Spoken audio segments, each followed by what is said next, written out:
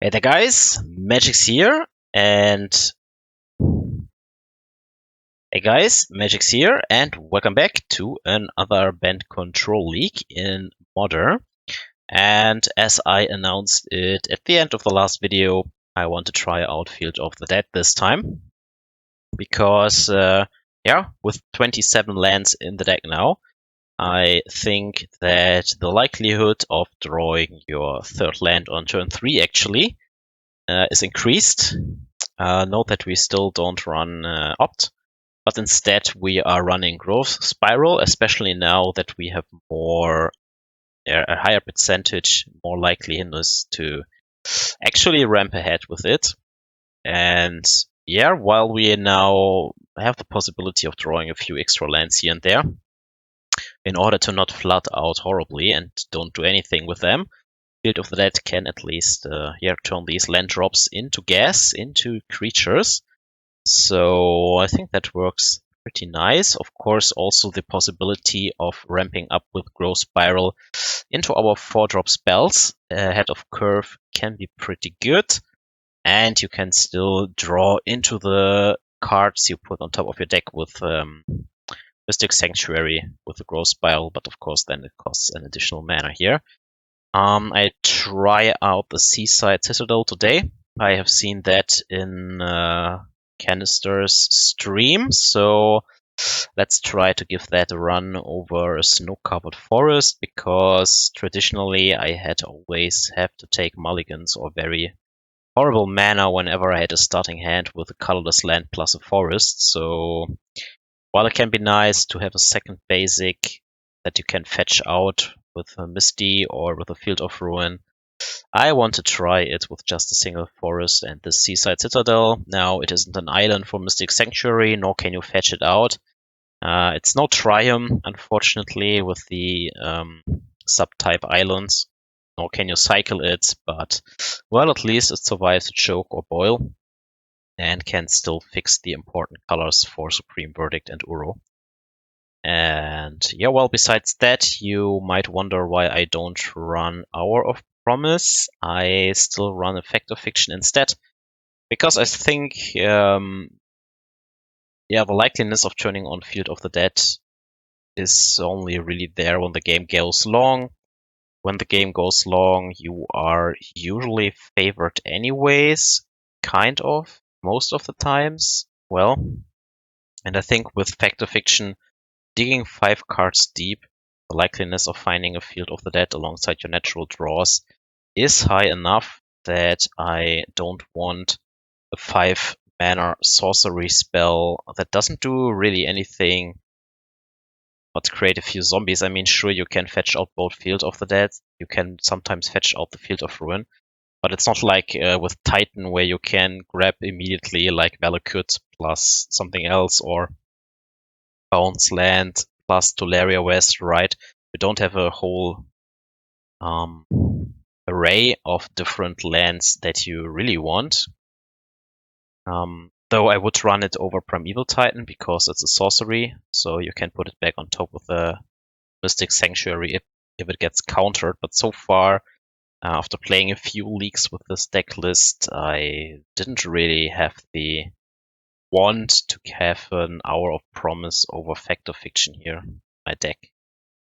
Maybe I'm wrong about this and you have better experience that you might want to share in the comment section or something, but so far I'm doing well without it. I've seen Doomswitch playing with 1 copy, and also another 5 mana Teferi. I can also see that. I try to run a little bit more interaction for the prowess matchup with Wall of Omens and Oust here, because I think that between Fact or Fiction and all of our Planeswalkers and Uro and Field of the Dead now, we have enough win conditions actually. So I rather try to get there than drawing too much of them in the earlier stages of the game. Now, the sideboard is still the same as all the last videos. I really like the 2 Condemns. I hope that I will fight against Prowess today to show you how good they can be, because while having played around 60 matches with Bant now after the Astrolabe ban, I have a rather positive win percentage against Burn and Prowess decks, and that is also due to the fact that I run so many cheap removal spells after Sideboard, right?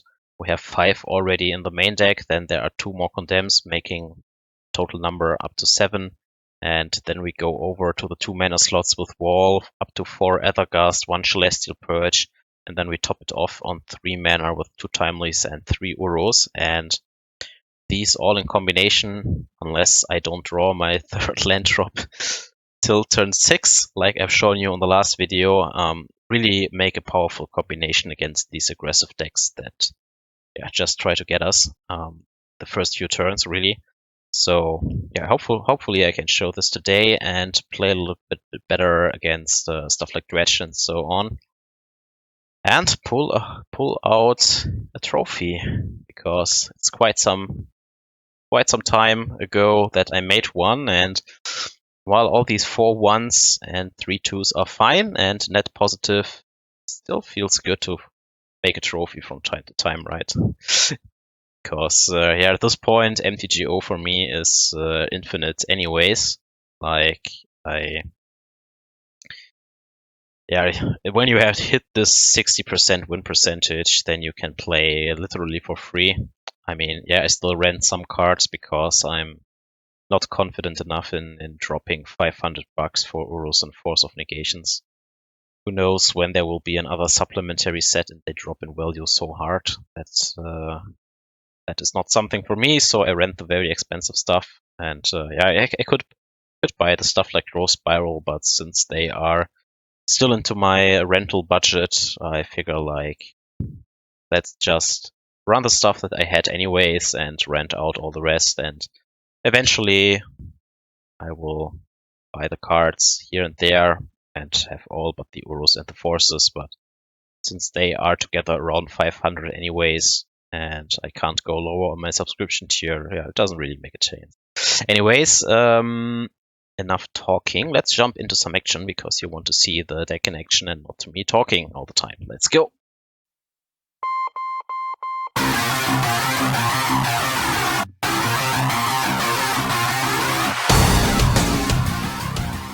Push the goddamn button! You heard what she said. Alright, so stupid me forgot to start the recorder for the first match, so I have to use the MTGO replay function, which is not that great, but will do, hopefully, for this. Let's see, we are starting match 1 on the play. Keep a hand with Uro into Cryptic. Don't know, probably have to mulligan this, but I was not in the mood of taking mulligans on that day, so here we go with a very poor hand. Hopefully draw maybe a Growth Spiral next turn, that would enable Cryptic on turn 3 even. Opponent starts with Radiant Fountain, so we are facing against Titan. Aether Gust is also a good draw. Instead we draw another land. And, well, let's see what happens. Okay, Amulets. Can't stop it. And, okay, no ramp or anything, so like no bounce land into explore into more mana. So was hoping that with Uro now we have enough land drops that Cryptic can maybe stall, and then we have the Fairy Hero going for us. That sounds like a plan, but then he has a second amulet, so this damn bounce land now creates 4 mana. At least he only has 5 so far. But comes the Dryads. So he has another land drop and 1 floating, and now he has exactly 6 for the Titan. Crazy how that spiraled out of control. Wouldn't have happened with the Growth Spiral, but here we are. But it's not a Titan, it's a Karn. Okay. And, well, he grabs a coating and can immediately play it. And this coating will stop our third blue source, actually. Can path this Dryad. Doesn't matter too much now, because we have to deal with this Karn, or else a Sunring Titan will hit or something. And, well, since we can't, I can only concede here. Even if it's no Sundering Titan, there will probably another... He will just blow up all of our blue sources and probably find something else, and then we can't counter any next big spell because we don't have Cryptic. Sure, we can use Field of Ruin, but we know that he still has a bounce land in hand, so he has at least 6 mana. So in this position, since we can't play Teferi nor hold up Cryptic, I think there is nothing we can really do, so I concede here. So yeah, let's go to match number 2. I think I bring in all the Aether Gusts, and I bring in the Ashioks, right, the 2. Then I board out, I think, both Field of the Deads, because this is not a matchup where I want to trade zombies with my opponent, but actually get ahead on the board with Planeswalkers, and yeah, then use the Verdicts and Cryptics to prevent him from attacking. And then I board out, I think, a Force, so 3 slots, and the Oust, 4 slots, and I think that's already it. Can maybe board out 1 Teferi Time Raveler, maybe 1 Uro to get to the 5th card, because they have Bojuka Bog, right? So Uro is a little bit harder to resolve, but that's about it. So let's go into match number 2. Alright, game 2, here we go. Boarded as described. This time, do we get? Let's see. We have 3 land drops and an Ashiok, so I keep that. The rest of the hand is not that exciting yet, but if he can't answer the Ashiok, I mean, Teferi is a good win condition, and Verdict can still catch up most things that are happening. So we open up with the Seaside Citadel, because it offers all the mana. Oh, that escalated quickly. Yeah, so opponents start with Sakura Tribe Scout. We play the second land drop and draw Time Raveler, and he escalates here a little bit. So if he has a bounce land now, he can drop a Titan next turn, so I am forced to play the Ashiok here. If he has a bounce land that makes blue and he has Mystical Dispute as well, then he counters Ashiok, but what can you do? We are forced into this line of play because anything else won't do anything. Excuse me. Yeah, so he can ramp now with the Tribe Scout and have the mana for the Titan, but at least he can't search with the Titan then, and we have Supreme Verdict to clean up if we draw another land. If he has Beast within, at least he can't use the Titan, so seems fine. And okay, he had the blue source, so we know that he doesn't have a Mystical Dispute now. Comes the Ghost Quarter again. And a second Tribe Scout, and he starts attacking the Ashiok. That is fine. Fine. So we don't draw the land, I use the Teferi instead of the Uro. Because this means that we can't do anything in our turn with the Beast within. All Mystical Disputes and Veil of Summers are dead. And yeah, we still gain the tempo. If he attacks the Teferi, so be it. But now we can also use Instant Speed Supreme Verdict to catch these Tribe Scouts. I think I won't do that if he attacks the Ashiok now inside combat with both creatures. It will only go to 1, so that is still fine by me. We don't have to use it to find an Uro here because we have it already. Would be nice to fill the graveyard, sure, but that's not necessary since we have Teferi. Now the thing is, the 5 mana Teferi in hand, I mean. The thing is, he has played the Valakut, and I don't want him to drop a post-combat Dryad with a land drop in addition and blow up the Ashiok then, so I wait till the end step before I do the Supreme Verdict. That was the main reason for this line of play. And yeah, with the Aether Gust in hand now, I think we can drop the 5 mana Teferi, because we can still counter a Primeval Titan. He can't do anything in our end step here. And I mean, if he has another bounce land, he can still go Beast Within, bounce land, and play a Titan. But we also have an Aether Gust to prevent the Beast Withins, and a path to still deal with the Titan, as well as the Teferi then. So I think dropping Teferi here is pretty safe. So let's see. Yeah, I dropped Teferi. I plus, I draw. Here we go.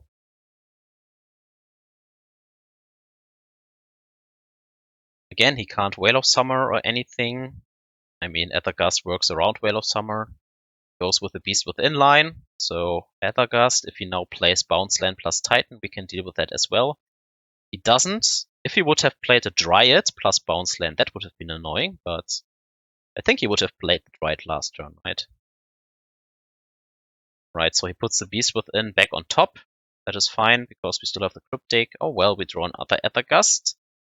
So can now as well cycle an Uro, because it only costs 1 due to the Teferi plus. I hope you know which Teferis I talk about when I just say Teferi, because they're both in play, but I trust you there. So here comes Beast Within again. Just Aether Gust it again, because it's Time Walk if he just puts it on top all the time, and yeah.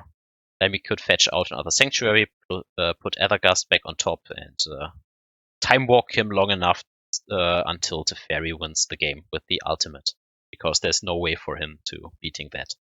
So, okay, 1-1. Let's see how this match concludes. Alright, the final game of the first match, and I think the hand looks pretty nice. Have some counter spells as well as an Uro and enough land drops. So we could force an amulet, but I don't think I would do that here. Let's see, they start with Winter Teeth. Fetch basic and play the Tribe Scout. Okay. Did not fetch out a Breeding Pool, so it seems like it doesn't have a Mystical Dispute in hand yet. But I could be wrong, of course. Drops a Valakut. Do you attack? No, so he has at least one more land drop. So we grab, yeah, white, drop the Breeding Pool, probably shock it in. No, okay, I can also play the Field of Ruin, but then we probably have to shock in the Breeding Pool next turn. Fine. Bounce land for the forest. Yep. So let's see what he can do with 4 mana here. And explore, that is fine. Don't want to waste anything here yet. Alright, he doesn't play anything. Then I shock this in, hold up Field of Ruin just in case, and definitely hold up Aether Gust against the Titan plus Cavern. Doesn't have a Cavern. Doesn't have an Amulet, so could have Mystical Dispute, but we still try to counter it, and since he can't pay a Mana Leak without an Amulet and Bounce Land here, I use the Mana Leak first, and yeah, he has the Mystical Dispute, so I pitch the Force to prevent that, of course. Play the land drop. Now, I could use Field of Ruin this turn on the Valakut, but I was thinking holding up Snap for Mana Leak seems better. But now I make a mistake. I use Field of Ruin while he has the Tribe Scout open, and of course he punishes that in playing a bounce land and bounce the target back to hand, and then the Field of Ruin fizzles, and I just Stone Rain myself. Good job. Luckily we have another land drop in hand, so at least I didn't kill my own game here, but that was bad.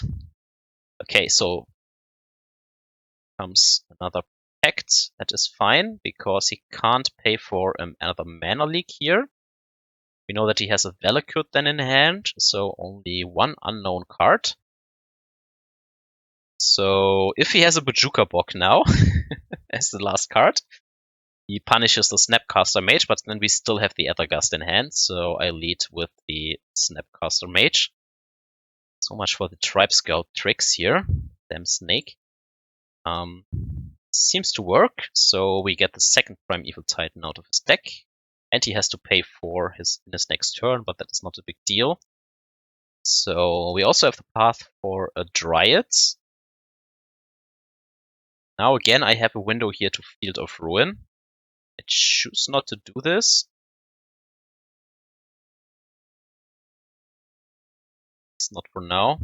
Maybe that was wrong. Maybe I should have blown up the Valakut. Then we don't have to path a Dryad yet. Okay, comes the second snake. And he starts attacking, so he has only one card in hand at this point. The 1/1s are not that threatening yet. Let's start in cycling the growth spiral. Okay, we had a Cryptic. And a 5-mana Teferi. And yeah, I just go balls to the walls. If he has another Mystical Dispute and then top decks a Titan, so be it. But, well, now we have Aether Gust up and a Teferi on board. I don't care if it takes a few damage, so definitely counter the Pact. I don't think he has another Titan in hand. And, well, he doesn't attack. Big Teferi is too scary. Yeah, now I keep the Snapcaster behind, but it's not a big deal that the Teferi takes a few points of damage here. The big deal is in drawing this extra card every turn and having the draw engine for a Sanctuary lock. So that's good enough. We can trade with one snake here. Amulet doesn't matter in turn 9 usually. So what I am only fearing now is the Mindslaver Emrakul, really. So if he plays Fierce Empath for that, we have to counter it. With the Ashiok, we don't have to care about the Fierce Empath anymore. So it's only the Mindslaver Emrakul out of 40 cards in his deck that can really get us anymore, I think. Because even a Tireless Tracker we can answer by now and we outdraw it. The Valakut is gone, so Dryad isn't that scary. More snakes are definitely not scary because eventually we will draw Supreme Verdict or something. Maybe Uro, maybe Field of the Dead. No, Field of the Dead is not in the deck. Okay, here we draw a 3-mana Teferi, so we can bounce it back to hand. If the other snake attacks the small Teferi, that's fine. But most of his draws now are pretty dead because of the Ashiok, so yeah. He attacks the big one, I think, exactly. Because he can't let that hit to ultimate, so I start cycling a Cryptic, pick up the Cryptic. And now we have 2 Cryptics plus Sanctuary, so virtually he is locked out, but yeah, I don't know. Could start milling ourselves. Yeah, I do that here. Try to hit an Uro. I didn't hit that. I play the second Sanctuary, just so that we draw additional gas instead of more useless cards. Then I start exiling the snake because I feel so far ahead now. All these spells in hand and 3 planeswalkers on the battlefield that I don't think we can lose anymore, and our opponent agrees and concedes. Like, eventually, the Fairy will hit ultimate, or we draw into Jace and go with it, or hit Uro, because we can mill ourselves a few more times, but yeah. At this point, with so many land drops and double Cryptic plus Sanctuary lock, or yeah, you only need really 1 Sanctuary because you have the draw engine with the hero, so this is more than game over, I think.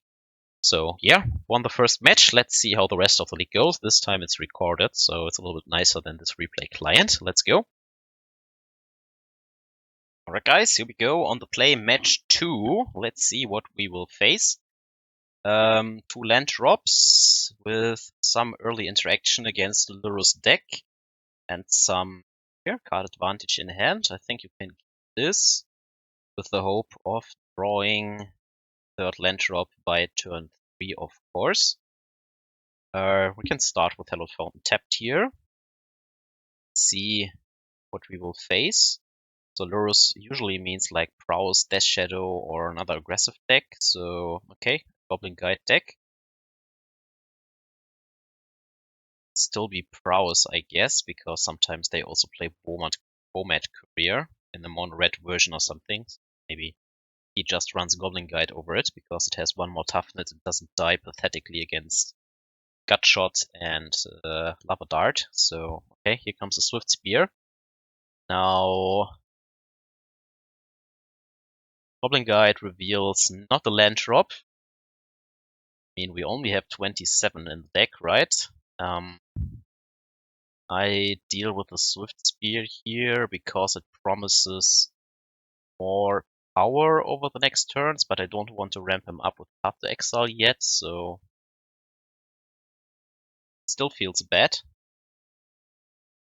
Really needed the next land drop, and here I use one of the forces, at least try and buy some tempo, because we have the Fact of Fiction to gain cards back anyways, and yeah, still have to survive. Well, here we go. Just like last turn, nothing has changed really.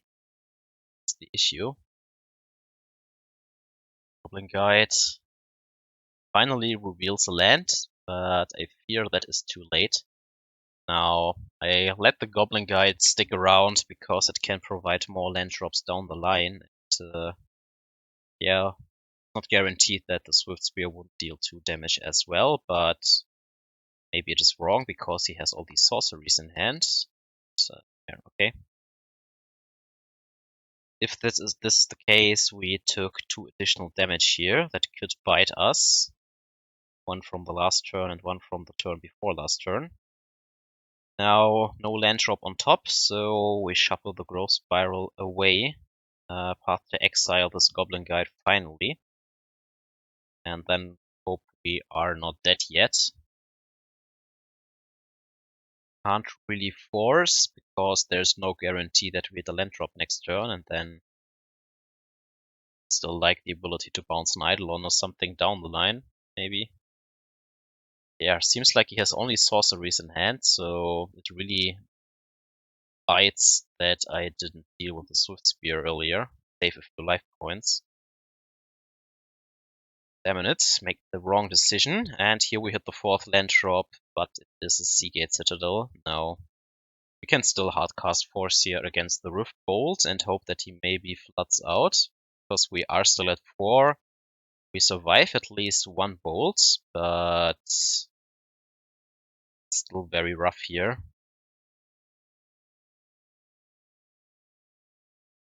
Right, there we go. Let's see. Lightning Helix, we are at 1, and just another land drop, and the Lurus. So, well, at least we are still living. If we hit an Uro with Effect of Fiction, could get there, maybe. And there's no target for the Lurus yet. But it's a threat we have to deal with, and we already have used 2 Path to Exile, so it is dangerous. But I think we need the luck of the Effect of Fiction, but then he drops an Eidolon, and then even Uro wouldn't be an out, so if I counter draw and we don't hit the removal spell, we are dead against the Lurus, so I go ahead and counter bounce, I think, to give me at least a chance of somehow miraculously drawing out of it, maybe like Uro into another path to Exile or Mystic Sanctuary, right? That is a possibility. But we draw a Field of Ruin. Now we can at least cut him off the 2nd white source, and deny him a redraw. So maybe if he draws like another mountain, chance. But yeah, the chances are slim, so I use the window here and hope he didn't draw bolt, but come on, it's burn. They always top deck it, so that's game 1. Well, we would have hit another land drop, but yeah, Effect of Fiction would have found the Uro, and then we had a fair shot there, but well. If we hit the 3rd land drop on time, we have this 1 additional turn in between, and yeah, this would have changed the whole matchup, and we probably win game 1 then.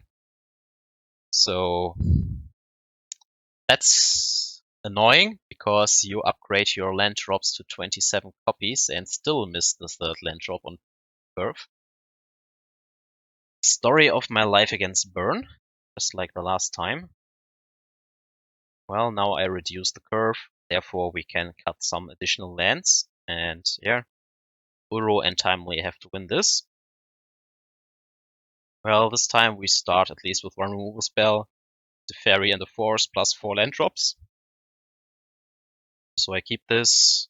The manner is still awkward. I mean, the Seaside Citadel surely fixes most of the colors, but Breeding Pool and Mystic Sanctuary. Mystic Sanctuary will enter the battlefield tapped, and I don't want to shock in for Breeding Pool necessarily, so He has a very creature-heavy start. This hand is very slow. Now we draw a Dovin's Veto. I don't hold it up here because I don't think I have the luxury in letting the Goblin Guide go nuts all the time again. So I plan on doing it after the trigger. Hope he doesn't follow up with an Eidolon, but if yes, well, what can you do? Then we top deck into Timely then, at least gain 4 and create some board presence.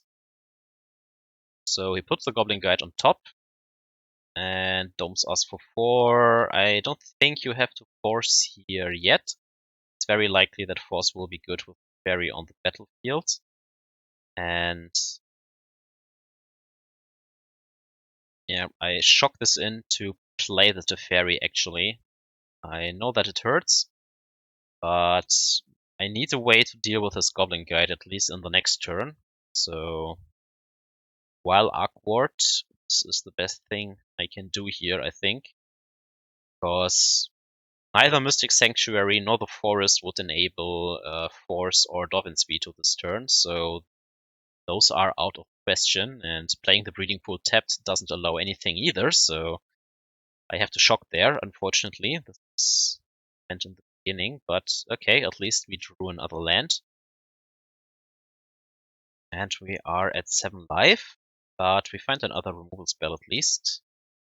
So that is good, and here I use the Teferi to draw deeper into the deck to maybe hit an Uru here. That would have been really good because he didn't keep Skycrack open, so it was a window to gain some life. But yeah, now he comes with double creature. So I use this window and just counterbounce and time walk him, kind of. Just preserve my board state and life total. And here comes the rescue. Here comes our lovely giant friend. It's us back to 10. We have the double green, double blue requirements. And we draw a Timely, so in this case I don't place the Sanctuary yet.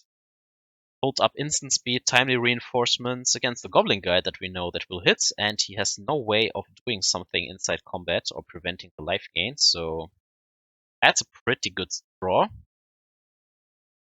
And he has more creatures, so pretty happy that I finally have some justice here, because I always had these cards in my hand the last time and couldn't play them, so here it is finally. Then we just put the Timely back on top, down the line, and yeah, I don't think he can ever win this anymore. Not with 3 spells still in hand, the Teferi preventing him from working in our end step, and yeah, we can now use this and play out Uro as well. Deny him the redraw, it's always good. Doesn't have double white for the Lurus. In this case, we eat out the time. I shouldn't say this word. Sir mentioned it. Yeah, you know what I mean. Exile the timely reinforcements to escape it. Don't say eat out. Has some sexual options, as I learned. Okay. Yeah, game 3. Whatever reason, I try around here a little bit. Like, okay, cut 1 Jace for another growth spiral on the draw to not clunk out as much, but I don't really think that it will matter. But yeah. Alright, yeah, 2 land drops again, this time on the draw. Let's hope that we find the 3rd land drop, because the rest of the hand looks fine. We have a Spell Snare to catch an Eidolon or any other Skullcrack, Boros Charm effect, and Mana Leak, Aether Gust, Dovin's Veto can answer most things. Takes quite some mulligans. And opens up with a Lightning Bolt, so no creature start, that is usually a good sign. Now I make the mistake because he didn't start with creature to lead with the... I don't know. No, it's not a mistake. I lead with the Misty here because I was expecting him to play Mountain Eidolon. but instead he just drops a Goblin Guide, and now it's awkward because I can't use Path to Exile here. I mean, it's unclear if I really want to use Path to Exile in this situation, because, I mean, ramping him up to 2 land drops then also hurts, so instead I fetch out the Breeding Pool, but this is also awkward because now I can't hold up the Growth Spiral. Maybe we don't have to use the Growth Spiral. I don't know, I think it's fine, yeah. I pitched it for this reason. Hold up Condemn in here, which doesn't give him more tempo and with additional land drops, so I should fetch the basic here, exactly. Condemn the Goblin Guide, responds to the trigger, because if we draw the snow-covered plains, which is the only one basic in our deck, then we can't fetch it out anymore and have to fetch Shock. So now comes the second mountain. I was thinking he drops an Eidolon, but instead he plays 2 more Lightning Bolts, and suddenly we are at 7 with a full hand, but so far we couldn't make use of this full hand, and if he now starts sandbagging spells, I will sit here for quite some while. I can't do a lot, and this is kind of what he's doing here. So now he drops the Lurus back in his hand, and I don't have the Growth Spiral, so there's nothing I can do here. Making the land drops is not bad, because this means we have at least double counterspell up now, and Aether Gust as well, and then he cracks the Sunbake Canyon after putting the Lurus in his hand. That's a little bit weird, because now even with the land drop he can't play the Lurus out. Well, we missed the 5th land drop, so here I ditch the Cryptic because I can't cast it. Probably don't will in the future. Here, he is gathering cards in hand, and I don't receive a single target to counter here. Make use of my cards, so still dangerous here, even after the mulligan, because we are only at 7 life, and if he starts playing in our end step when he has enough burn spells, he can still get us, even with this hand. I mean, sure, with the Force, it's maybe a little bit harder to die, but still dangerous. Here I use the Mana Leak for the Lurus. Sure, we have the Path, but if I path the Lurus, the Mana Leak becomes worse, so I kind of have to do it here. Yeah, well, we draw more counters, but not lands. At this point, I really want more lands. Now, I hate myself for cutting a few, but I still think you can do this. I mean, 25 is still a lot, right? Comes the Goblin Guide. Maybe this little helper will find the land drops. Go. Can path it. Hold up Spell Snare plus Dovin's Veto / Aether Gust. Now we only have 1 more Mana Leak, so I think it's fine to give him the land drop. 1 more Mana Leak in the deck. Yeah, the Goblin Guide helped us with the next land drop, so that's good. And now he has only 3 mana open, and I think I should timely here, because we have the Spell Snare for Skull Crack, and gaining 6 is good enough. That counts for 2 more burn spells, and he has exactly 3 cards now, so I think that was a good use of timely. Okay, now he floods out a little bit, which is unfortunate for him, but I think yeah, since I hit the land drop due to the Goblin Guide, I think it's fine here. Doesn't matter what he's doing or drawing. I think, like, if we hit another island now, and I can even use Snap Path on Snap to get this, we can put the timely back on top with the fetch land, and then we draw out of the Sanctuary. I think instead I go for the Growth Spiral here, but I could have also used Path to Exile on the Snapcaster Mage to ram. Growth Spiral here, yeah, hits the island anyways, and then we can put timely back on top and recast it to go back to 17, unless he bolts himself twice or fetch shocks and bolts himself twice. So That's unlikely, and even that we can prevent, so here we go. Spell Snare that, 1 card in hand, force him to do something, but with a creature to block and 17 life, no way of him coming back. The Lurus was already spent. Yeah, if you draw the 3rd land drop on curve, matchup tends to be very good, and to be honest, I have only dropped one of my last 6 burn matchups where this didn't happen. So yeah, hit your land drops against burn, then the matchup is fine with this Condemn version. Opponent took a lot of mulligans here. I keep the sand because I think it's fine most of the cases, but playing against hyper-aggressive aggro decks, so him taking so much mulligans either means Tron or Dredge usually, because they need a very specific setup to get going. In both cases, the hand is not the worst. So let's see. Arid Misa, it's not Tron at least, so I think the likelihood of Dredge is very high.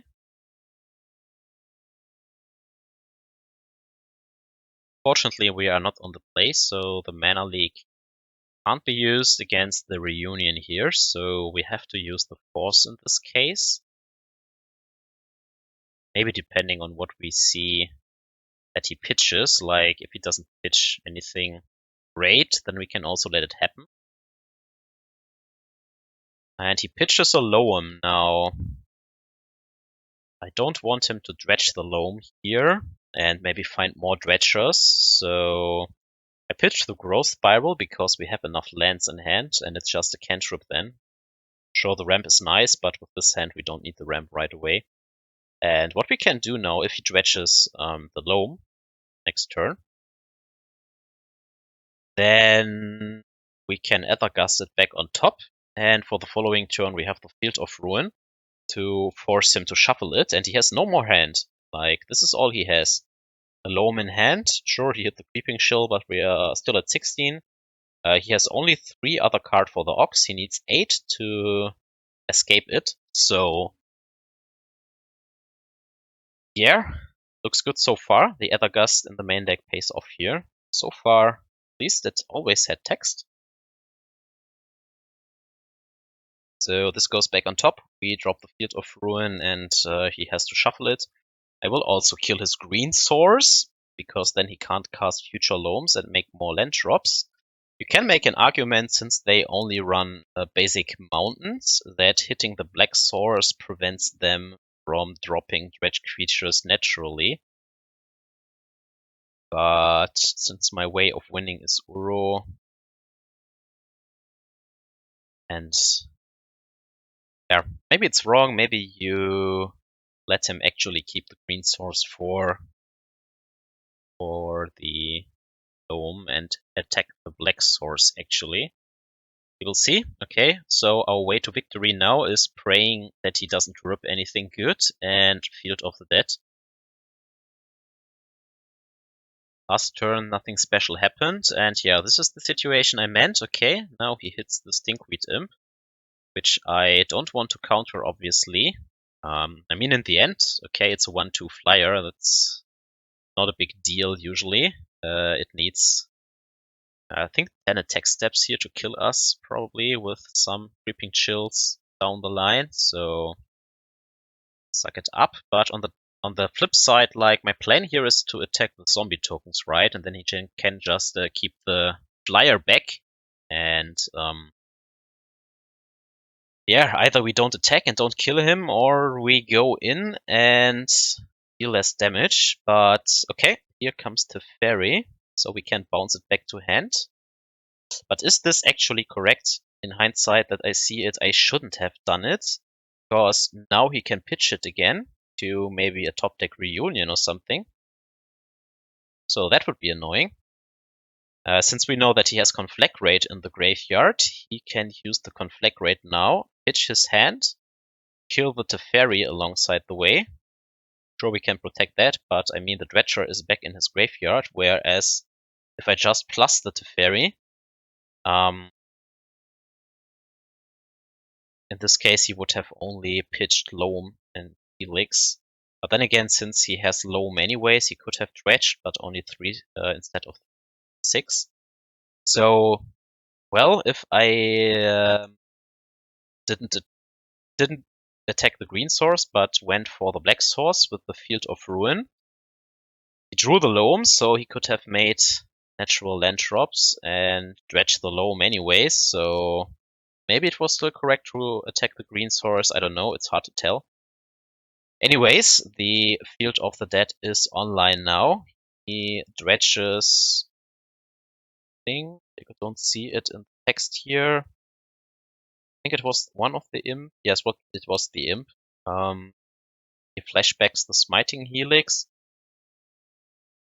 I know that the verdict does not look hot here, but I still want to keep the Teferi around to draw a few cards, and I mean, he can't get the Ox here yet, and what we can do now is fetch out another island. Seaside Citadel is none, so even though we have the Field of the Dead number 2 in hand, I think putting the Aether Gust here on top secures at least another turn, because we can prevent the Ox, and we know that he only has an imp in hand, so unless the Loam dredges something really insane, we should be fine in either case, because we can gust the Loam as well as the Ox, so this covers both angles. And I mean, we're already attacking him here for 6, with a second Field of the Dead, and possibly 2 draws next turn. Like, if we find a Cryptic, we can tap all his blockers away, if he has some in future turns, and still kill him with all these zombies, so I still think putting Aether Gust on top is a fine play. Just to buy this 1-2 turns. And he dredges the Loam, hits another Loam, Amalgam, and Blood Crypt. He doesn't have another land drop here, and he can't cast the Loam without a green source. Right, so the only thing he can do here is cast the Ox. In this case, we Aether Gust it. Put it back on top. He can't do anything with it next turn either. Can't do anything with the Loam in hand. The only thing he can do is cast the Imp so far. So it looks very good for us here.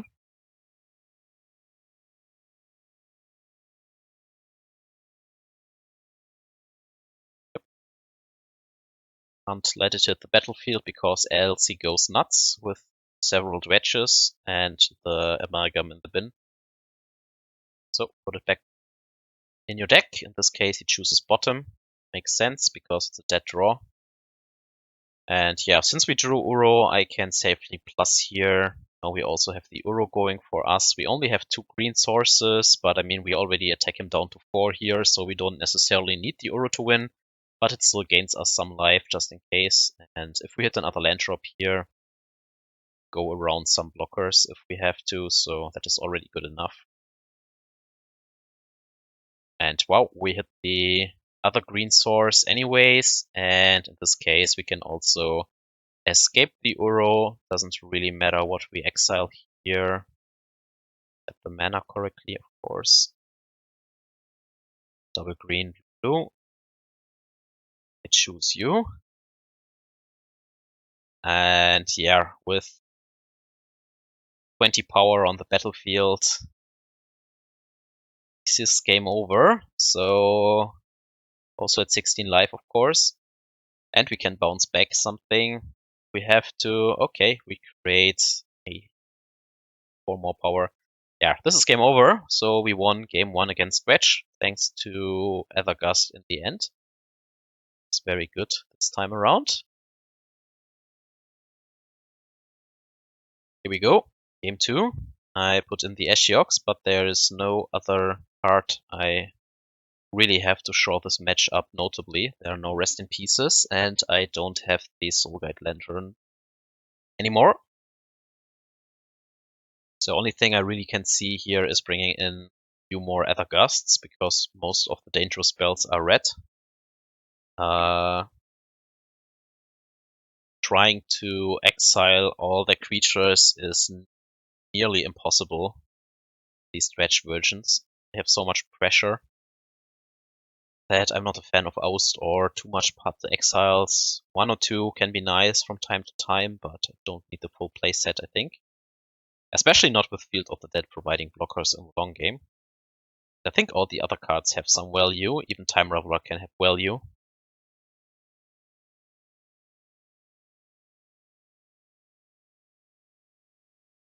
Now what they bring in, sometimes they bring in Leyline of the Void, which I only can bounce with Cryptic.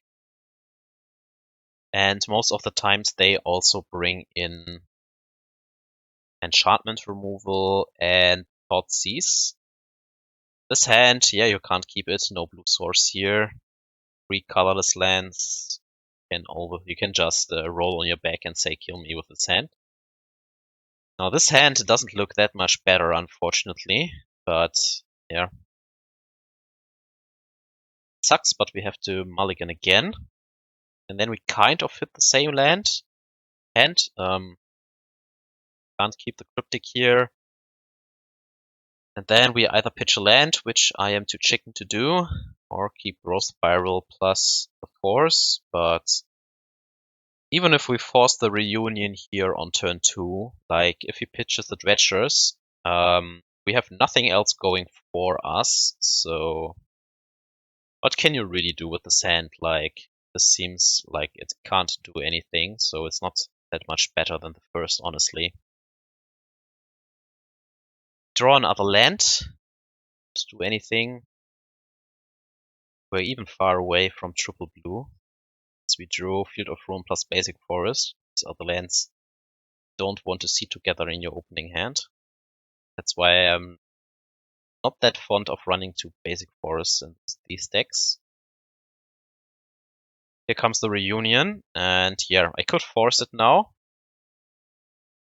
I choose not to, but then, like, okay, if you don't force here, what are you keeping force for in your hand? And yeah, I mean, it's double Necromeeper, he gets a Creeping Chill, an Ox, a Conflict Raids, and I sit here and hold up a Growth Spiral for the next turn. Draw another one, like, that looks already lost, honestly.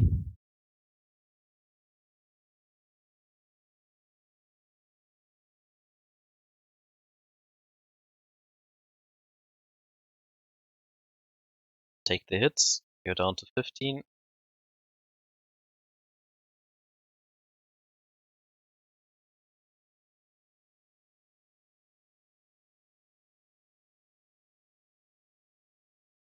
Comes another reunion. Well, no. Can't let him spiral out of control. Let's growth spiral first. Maybe we can pitch something else. Know that the Teferi doesn't do anything, so we can also pitch the Teferi here. If it just cycles, we can also use growth spiral because it's cheaper in the end.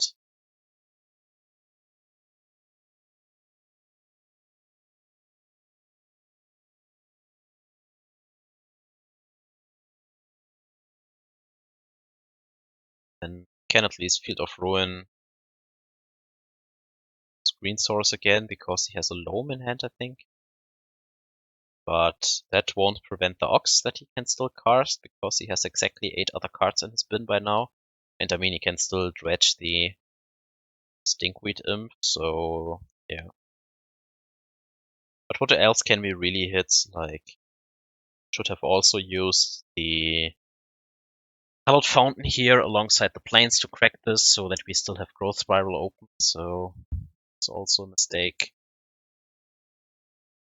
But I don't think that the mistakes at this point will matter, like, yeah. We can't hit anything with the Growth Spiral to prevent the Ox. Sure, I could have cycled it and maybe I hit a Supreme Verdict and can this work, but yeah. Raiding a Supreme Verdict next turn for Dredge. Against Dredge, sure, keeps me alive, but in the end you still lose. Come on, they just reload with Dredgers. Still have an Imp in the bin. And the Golgari Thug. And the Ox will draw new cards.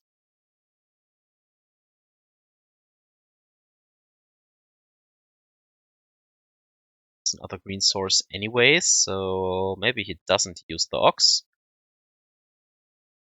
Kills the sand for the conflict rate, but yeah, now I regret that we don't have the Growth Spiral up. So I hit a Field of the Dead, which I could have used. Are we drawing for it another Field of the Dead? Yeah, I mean, could have started to make zombies, but now it's too late. Yeah, I think if I use Growth Spiral there and have outworldly luck, maybe I can pull it off, but I already thought it was lost and didn't think about it.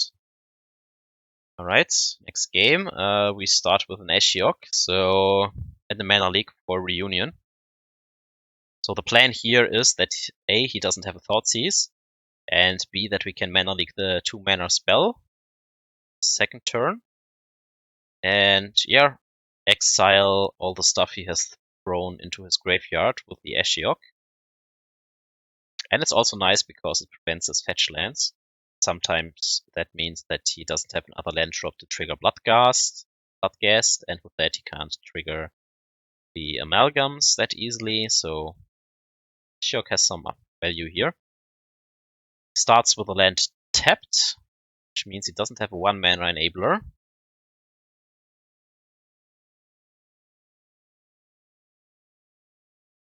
And here he probably has top decked the Shriekhorn, so Shriekhorn is a good card against Ashiok, and it can stop our Sanctuary Lock, as I have learned last time against Dredge, because he can mill our top 2 cards. So I Mana League that. Can't play Reunion this turn. He could play a Haggle and start dredging, maybe. But okay, it's not. And since I still fear a Thoughtseize, if I wait with the Ashiok, I drop it here. Sure, we have the Mana League now, so I could Mana League the Thoughtseize if he starts with it. But if he then follows up with a Reunion, I can't catch it. So that's the reason why I dropped the Ashiok now. Milled myself to hit an Uro. We do hit the Uro. So we have our win condition already here. And he has to have a Reunion now and dredges pretty well in order to get out of the Ashiok. But since we have still the Supreme Verdict in hand, we can undo all his work, right? So yeah. I think dropping the Ashiok is okay, even though we drew the Mana League. So he has the Reunion indeed. Like, if we didn't drop the Ashiok and hold up Mana League, it would have been better now, because we could have Mana Leagued it and then undo all his work. But on the other hand, since he hit the Necromeaver and 2 Amalgams, then your Ashiok just dies, and if you play the Verdict next turn, instead of the Ashiok, yeah, then he just dredges on, so I think we had to use this window to drop the Ashiok into play, even though Mana League would have been nice as well. But okay, Supreme Verdict is away, and exile his graveyard.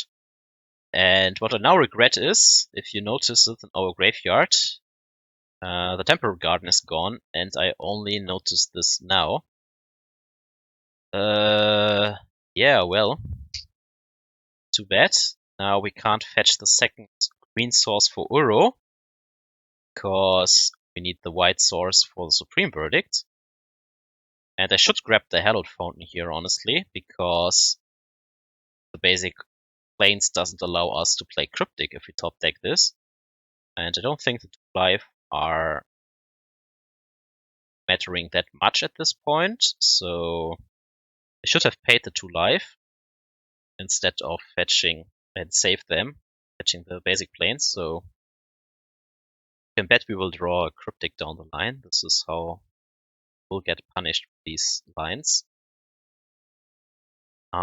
Also noteworthy, he still has 7 cards in hand, so if he just has another Reunion with more Dredgers, he can just go on.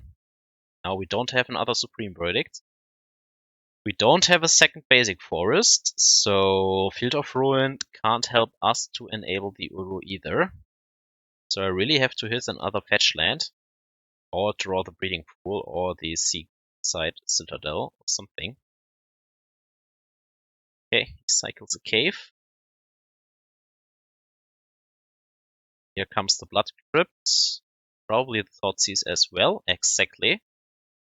So yeah, unsure if he had the Blood Crypt the turn before, but if I keep the Ashiok in hand and it gets Thoughtseized, that would have been horrible as well. So you can maybe write your opinion in the comment section about the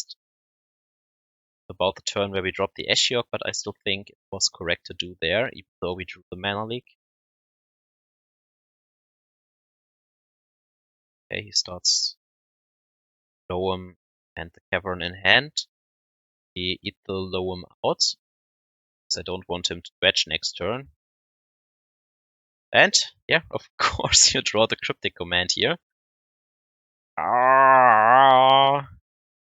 Well, now we can decide as last time, do we attack the green source or the black source? I decide for the green source, because at least we can bounce back creatures or exile them with Path to Exile, whereas it's harder to interact with the Loam. But what we really need is a green source. For whatever reason, again, I tapped them basic forest. Don't know why I present triple island here. I should have tapped one island and one plains. And okay, he uses conflict rate for 0, and then he can flash it back to pitch his hand in graveyard and kill the Ashiok while doing so. So that was a good draw, or it's a good play by the opponent if he already had it. So doesn't offer us anything like, yeah, I can't Cryptic now. I mean, I couldn't Cryptic anyways, but at least I could have tried to hit a Growth Spiral for maybe a Force and get him there. Then I could have exiled now everything, and hallelujah, he would have been dead. But okay. Hit an Ox, 7 other cards in the graveyard. Puts the Ghoul into play, so now it's more unlikely that he will dredge the Ox, but escape the Ox. But yeah, now we drew the second Growth Spiral, and I have to hold up the Cryptic here just in case. Oh, I'd have loved to play the Euro out, but okay. Dredges. Doesn't hit anything at least. I mean, okay, second conflict rate, but his hand isn't full and he can't cast Loam to fill it up, so it's not that threatening. Take the hit here because I really want to get rid of these Growth Spirals. And the Cryptic can still be useful. I mean, he has just 17 cards left in his deck. We have to hold up the Cryptic for the Ox. It's also a factor. Goes for it here. So I can't bounce the Ghoul yet.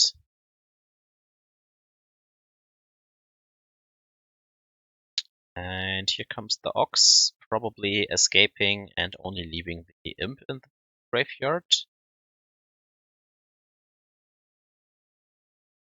Now he keeps conflict rates, okay. So no Dredger there. We are at 9, and if I don't draw a removal spell, where we only have 3 Path to Exiles and a few Teferis, we can still die against the 3-1 if you don't draw the green source, so I bounce the Ghoul back to his hand. Sure, he can cast it next turn again, but then his turn is spent, so I go with the counter bounce here. There comes the Force. We would have drawn it already if I Growth Spiral this other turn. And then we hit a Field of the Dead, so at least we have a win condition now, and or some blockers for the ground. Nothing else. And let's see. Can't dredge. 1 Ghoul, 3 unknowns in hand.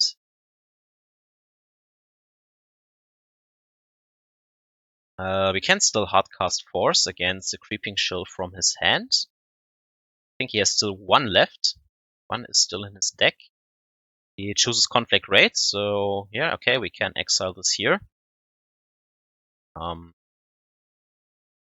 Can't do anything else this turn, and his graveyard is not full enough for the Ox yet. Okay, now we have an Aether Gust for that as well. Let's see. Yep, can't Cryptic now because this basic Plains is still not a Hallowed Fountain. These are the small percentages that can decide this entire match, and this is still the fact why I lost against Dredge so often. Like, I'm often in these positions, and because I made earlier decisions, it costs me or makes the game far closer, where we are not that far ahead. Like, okay, he dredged the Imp, but he barely has any win conditions anymore. By now, he has no more Creeping Shields in his deck. Both Conflict Raids are out. 3 Amalgams are out. Right, you can see the Exile there. There is not a lot of win conditions, actually. Can prevent the Ox.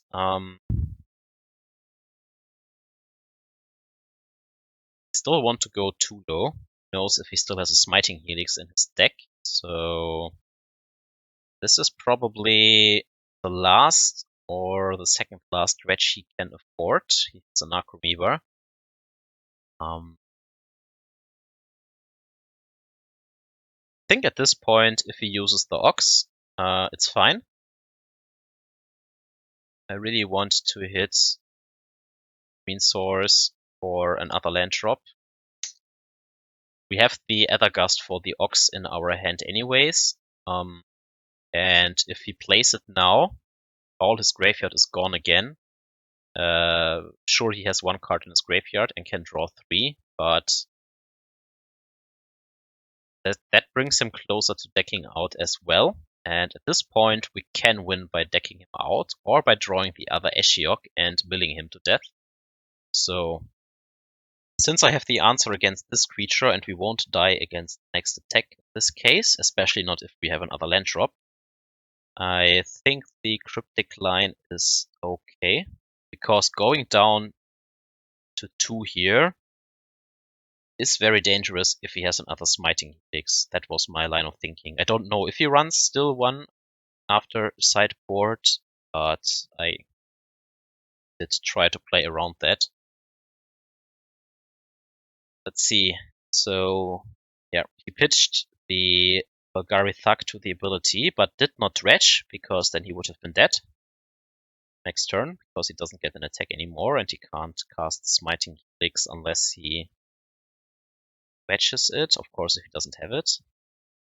Alright, so what we can do now with the Mystic Sanctuary draw, we A, create a zombie, and B, we can put Cryptic back on top and cast the Cryptic due to Growth Spiral, so we can stall yet another turn.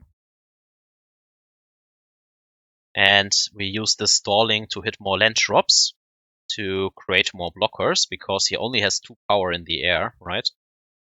If we hit another green source, we can gain 3 life each turn with the Uro, so that outvalues the flyers. And the more we stall, the likelier it is that he will die to his own deck.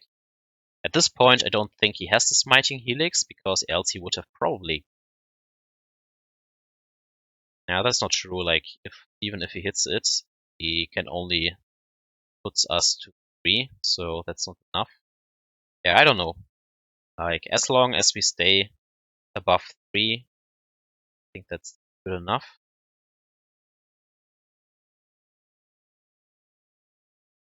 So, yeah. Tap draw. Could have bounced the Ox as well, but since we have the Aether Gust in hand, I think we don't have to, and bouncing Necromeaver doesn't seem good enough.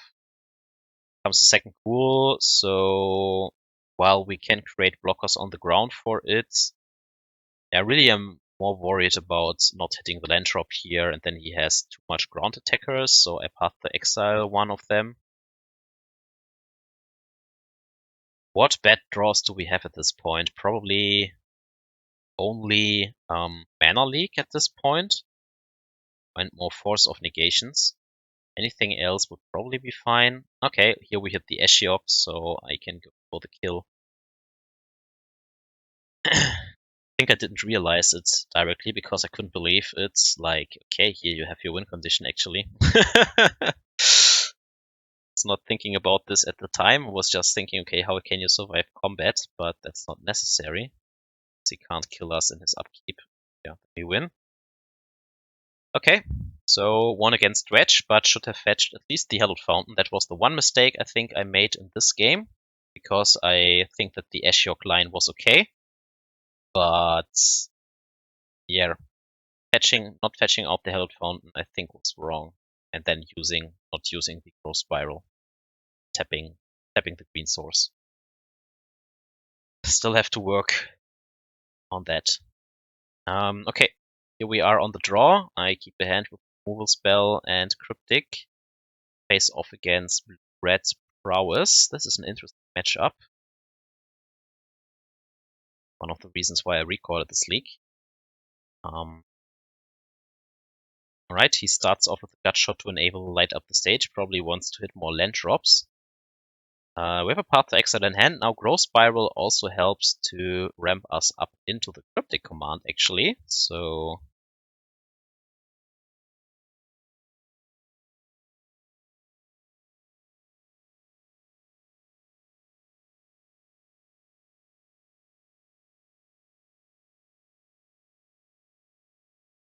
okay, plays cards that were exiled.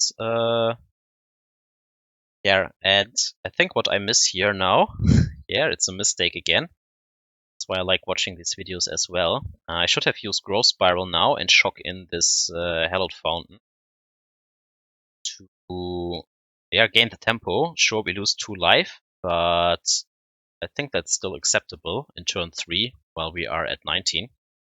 So instead I wanted to save these 2 life points, but with the hand as it's looking right now, can drop the Stormwing entity and then don't have another removal spell for it.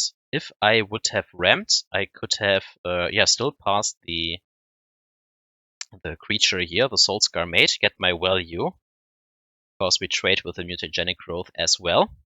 And then I could have used the Cryptic to actually bounce the Stormwing back to hand. And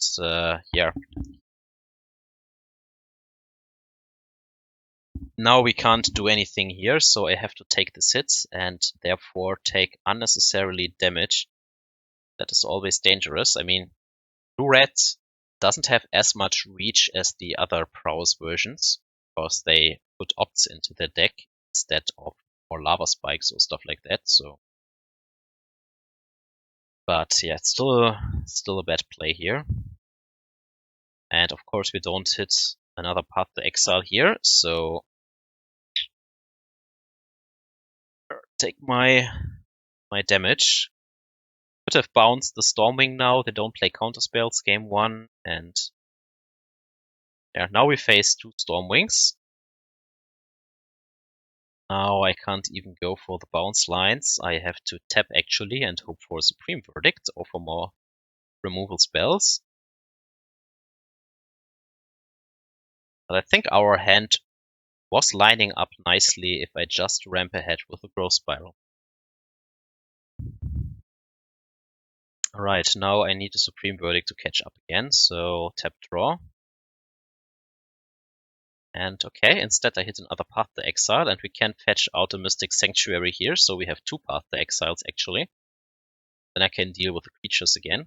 And we are still at 11, so it's not like we are dead in the water, and he only has 3 cards in hand, so can still pull out of this mistake.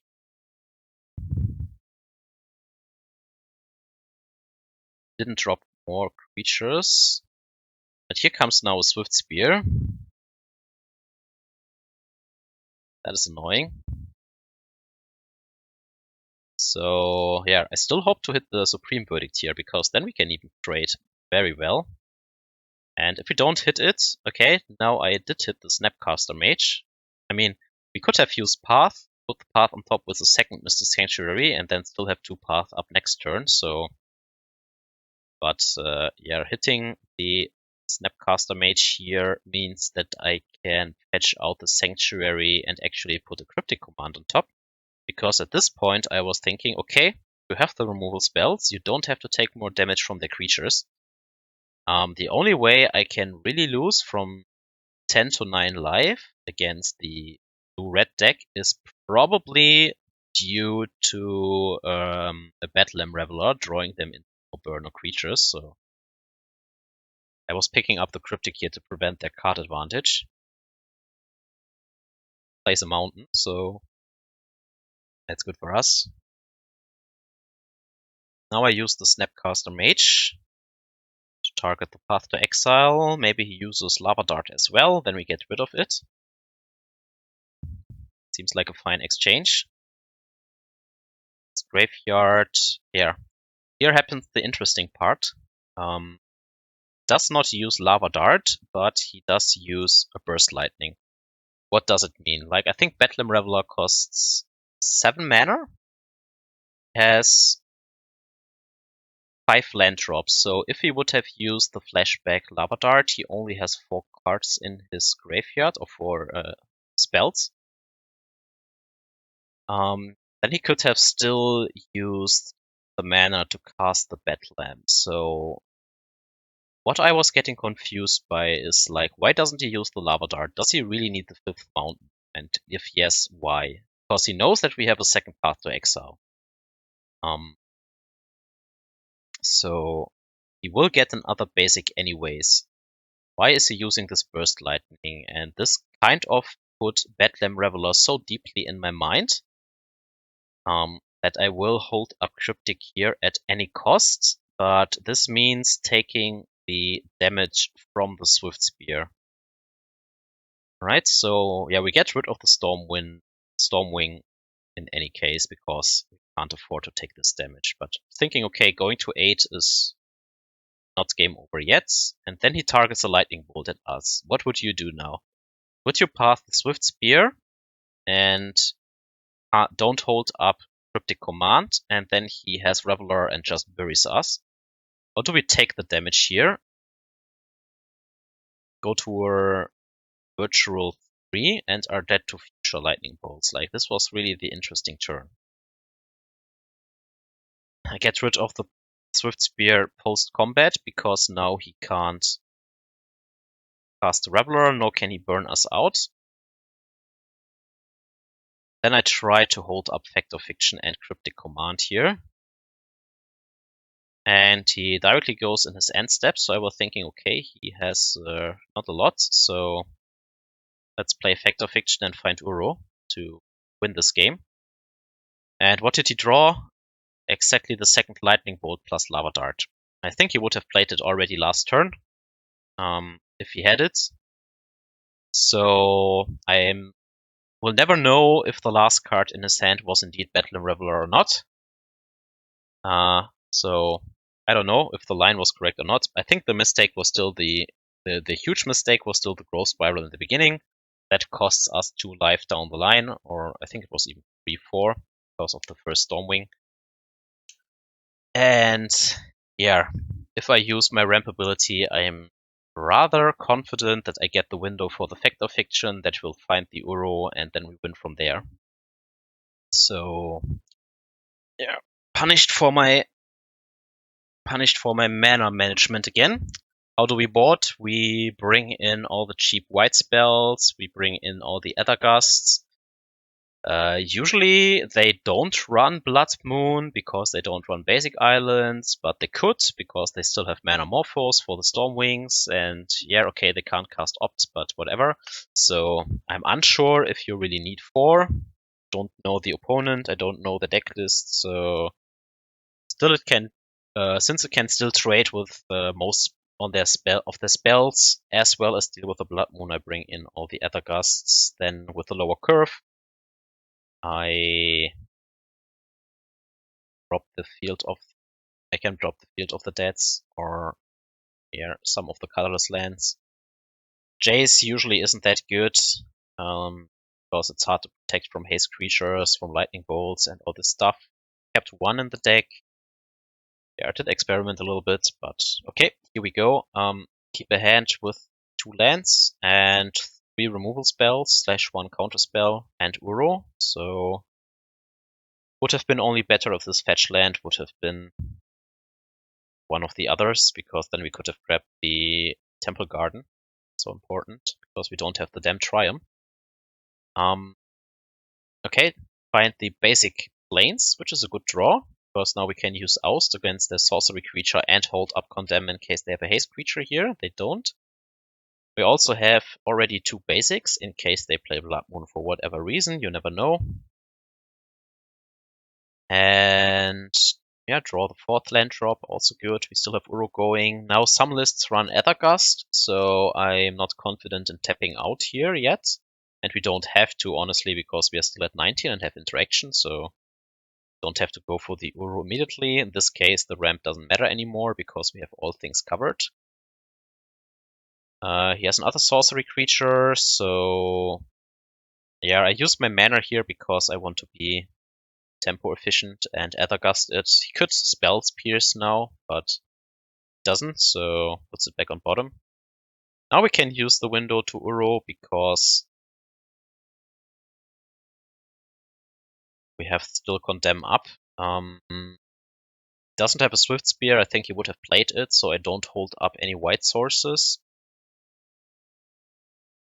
I think I should have played the island though, because the second Misty would have been an Misty Rainforest, so again making the small mistakes with the land base.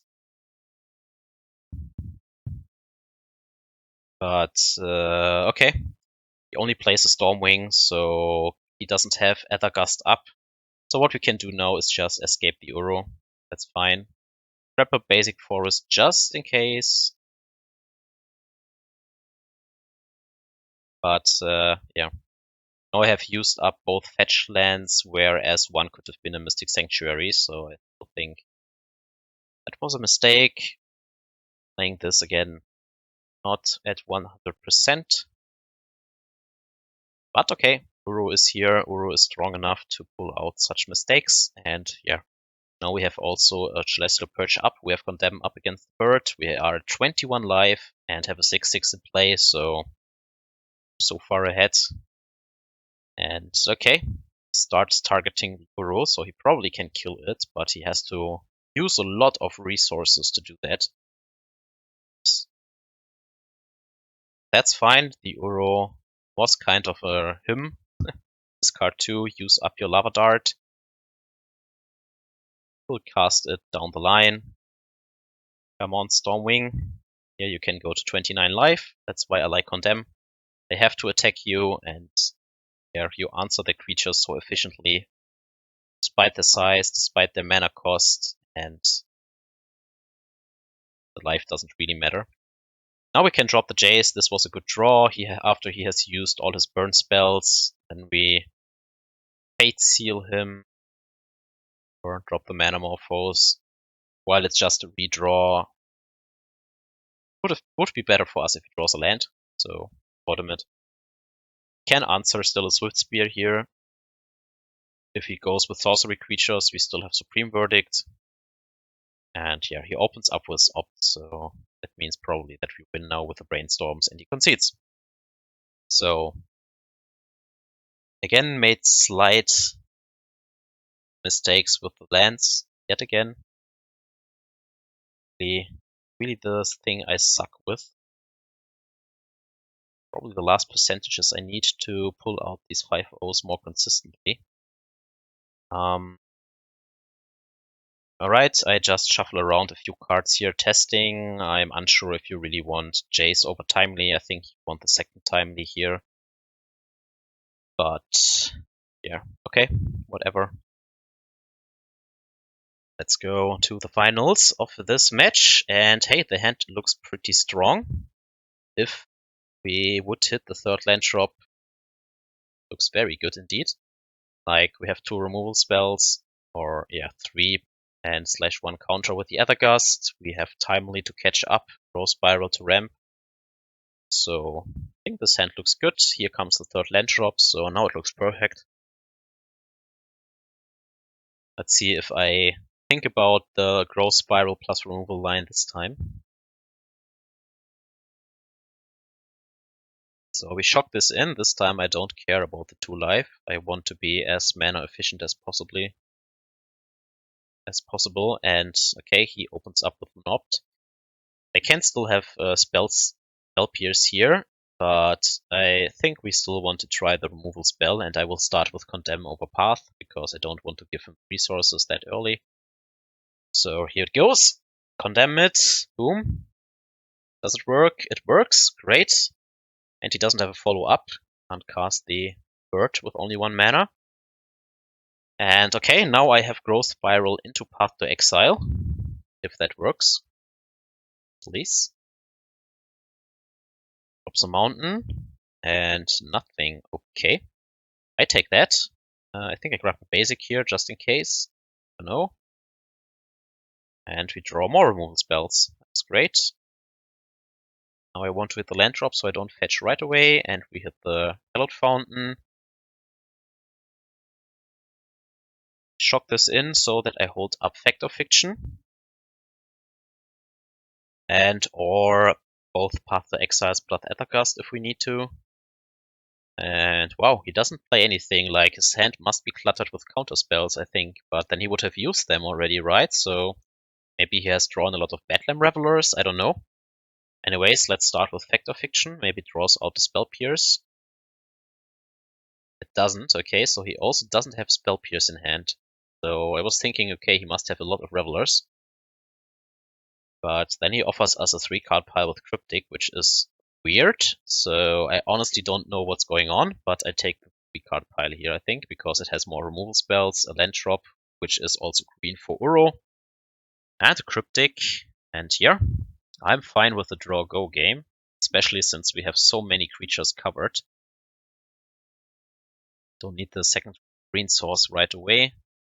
And okay, since he doesn't have Spell Pierce, I think I go for Timely here and just go back up to 20.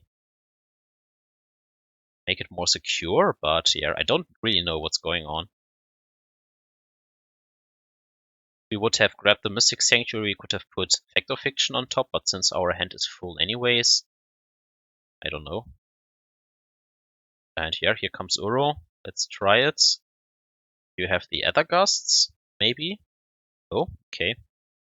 Maybe he has given up and just sits there and waits for us to kill him. I'm really confused. To shock this in, I think. Okay. Props. Next turn we can escape the Uro. Good. He has 7 cards in hand again. But doesn't play anything yet. I don't... Yeah, well. Take the land drop, play the Uro. Nothing specific I need, but we can fetch out the second Sanctuary, the last one. Most spells in the graveyard that are good. And okay, he has an Aether Gust, didn't use it on the front half, which is also confusing, or he has just drawn it. Maybe he has a lot of prowess enablers in hand, like Lava Darts, and did fire them off because there are no creatures for payoff. That could be the case, right? So here comes a Swift Spear, let's see. I don't have to initiate, like, okay, let him hit us for 1. We are at 23, so whatever. And he doesn't play anything, okay. And there are no light up the stages as a follow-up. Alright, no need to tap out here. Our life total is high enough. Don't have to tap low. Up all the interaction, because if he has a lot of Ravelers, he maybe wants to use this turn and drop them. As Tormod script, but I don't really care. Stops this Uro, but we have more in the deck, I think. So also have 1 Field of the Dead, Teferi, and 1 Jace to win. This time I use the path. Save some life points. Don't enable light up the stage. Okay, draw another path. So a removal Flooded. Hopefully he will drop more creatures. So I don't think I need Mystic Sanctuary here. Like, picking up Fact or Fiction now doesn't seem necessary when our hand is full all the time anyways. And we have enough removal spells, so I was banking on, okay, you will draw some fetch lands down the line. See, so all is good. And yeah, no need to tap out for the Uro here, I think. Well, can do this anyways. Even if he hits a Raveler now, I don't think we die. Sad. If he had more Aether Gust, I think he would have used them, but here they come again. That's maybe the reason why he didn't use the Tormod script, but not using the Uro means he can crack it. Yeah, that was the reason why I escaped it, so. Okay, put it back on top. Like, so much removal. He will be back. Uro will always be back. Alright, so he uses a Lava Dart. And here comes the Stormwing. Okay, we still have more removal spells.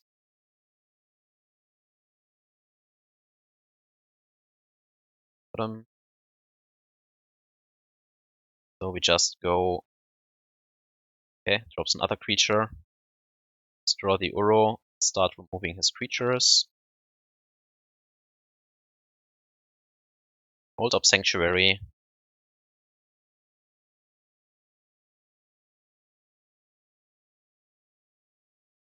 So instead of him drawing the card he kept on top with the Stormwing, he will just draw the Stormwing again. That kind of takes away one of his cry values, so that's fine by me. We get rid of this creature, we can path the Stormwing. And yeah, then the graveyard is full for Uro again, so he has to use the Tormod script, right? Taps both blue sources, so he can't have Aether Gust as well, so goes all in. Like, not even the cost reducer with the Lava Dart. That's... He must have a reason, like... Okay, just keeps the card on top that he kept the turn before on top, I think. Now I use the Sanctuary, see if he wants to crack the Crypt in response. If not, we get yet another path to Exile, because at this point he doesn't have any more basics, I think. Keep myself covered from his win conditions. As mentioned, the blue-red deck can't burn you out that easily. Sure, in the first game he hit the second lightning bolt, but yeah, really, they don't have much more. So also we are still at 22, like, it's not that likely to die to some burn spells here. Not that likely to die to some burn spells. Let's see. Another Stormwing. Alright. At this point, I keep my Cryptic for card advantage. Puts one on top. Right, so we path again. Now he has to crack the Crypt in response to the Uro trigger, because else he doesn't have something he can do in between. Because the Uro is not yet still in there. And once it hits the graveyard, he doesn't have priority anymore, so he has to crack this. Yep, and he does so. Alright. And we draw yet another land. Will want to hold up my counter spells, so nothing else from my side, but we are now at 25. So further out of reach if we are not already. Still 3 cards. Comes the Manamorphose, that is fine, just a cycle. Bedlamps cost 2 at this point. 4, 5, 6 spells in graveyard.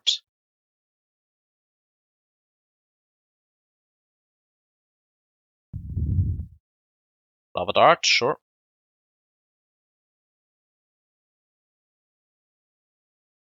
Here comes Light up the stage. Right. Could have used the counter spell here, honestly. Prevent his divination.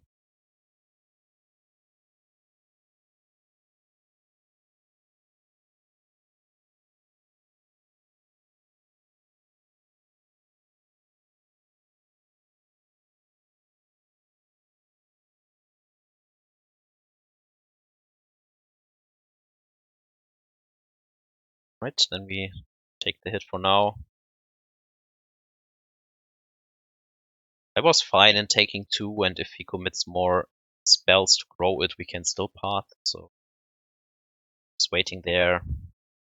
And well, we have the second Uro, so we go to 25 now. And we find a Jace, so now we have a reason to path to Exile, but can also do it. Can drop the Jace next turn, so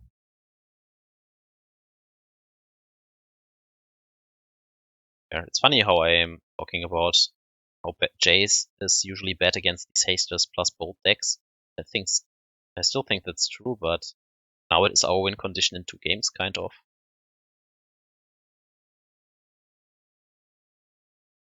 Reason to path yet. If we take 1, we take 1. Nothing happens, we can still do it end of turn. Right, another land. There are no sanctuaries left, but we still fetch to fill the graveyard for Uro as well. Breeding pools, fetch the basic, because, yeah, maybe Blood Moon, who knows. Right. Didn't fetch, was not respecting the Swift Spear at all. Let's see. Should keep the Spell Pierce on top, honestly, at this point. It's unlikely that it will do much, but I was thinking maybe I need the Cryptic plus removal. And then we don't have enough mana for paying the Spell Pierce, and yet giving him the satisfaction of a turn 14 Spell Pierce feels worse, so now we can condemn this in response to the bolts. And the Jace drops to 2, that is fine. Kills the Jace, that's also fine. Then it's gained at least 6 life, and drew out some lightning bolts and fills the graveyard for Uro, so I can live with that exchange. Live long, Jace. Here comes the king. Here comes the Uro. Yeah, I mean, even after 2 Aether Gusts and the Tormod's Crypt, eventually the Uros will hit. This is the turn. Here they come. See if he has the 3rd Aether Gust. Alright, so be it. Don't need him. Bottom. That's fine. Let's say go. Still Cryptic Aether Gust up. Don't think he can draw out of this. Still have a Teferi in the deck, still Field of the Dead, so we will win. We are never under pressure here, simply, so why risk anything? We can just play this slowly and controlled and win this way. So at this point I shouldn't crack the fetch lands anymore, because I might still want to crack them after we hit Field of the Dead or something, but then again I want to fill the graveyard again. I don't think he runs 4 Aether Gust, so the next time the graveyard will be full. It's probably good enough. Now I start to use my counter spells to fill the graveyard, I think. I also have more cryptics in the deck. Yeah.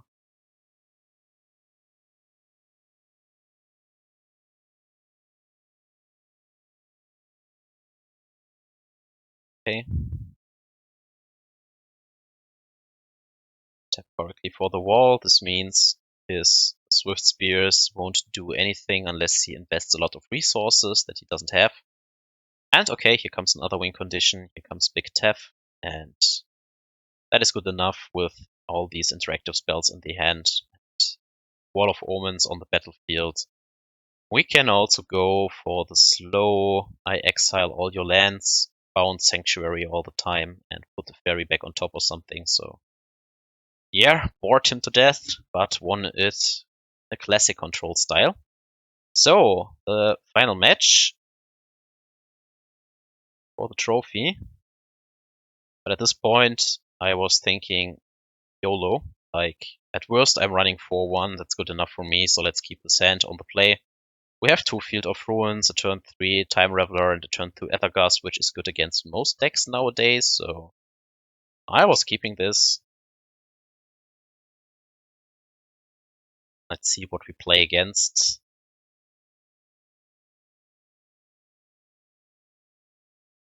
Opponent takes Mulligan.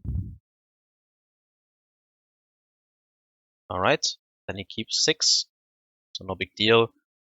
Start with Hallowed Fountain tapped, just in case. And, okay, Expedition map, so either E-Tron or Mono Green Tron. Good thing we have 2 Field of Ruins on the play. That is pretty good. So someone found our number and pressed the Tron button to prevent this trophy. Let's see if we can pull out of it.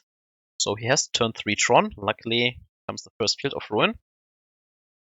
They always have a second tower. Don't ask me why, but that's always the case. So I always go for the non-Tron tower. And there's also the possibility of them rebuilding Tron naturally. And if they do it, or not naturally, but if they find it maybe after an egg or something, they have less mana with the tower and power plant. Then they only have 4, while they would have 5 with tower plus another Tron land. So that's also a reason why I most of the cases I go for the non-tower. Here he has the steerings as follow-up. Maybe he can find the mine again. Nope, he finds an Ulamog instead. So now we have to prevent Tron, at least for a little while, or else he destroys our mana base. Okay, Walking Ballista for 1, no big deal yet. Hopefully we find a removal for that down the line. Else we can stall it with Teferi. This whole plan is like pumping some mana into it.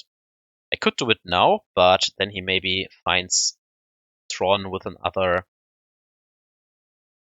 steerings, and then we have to pitch a card Force and go down on resources this way.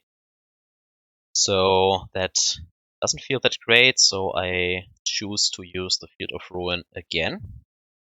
Fetch out a forest for Uro, I think. Go for the power plant.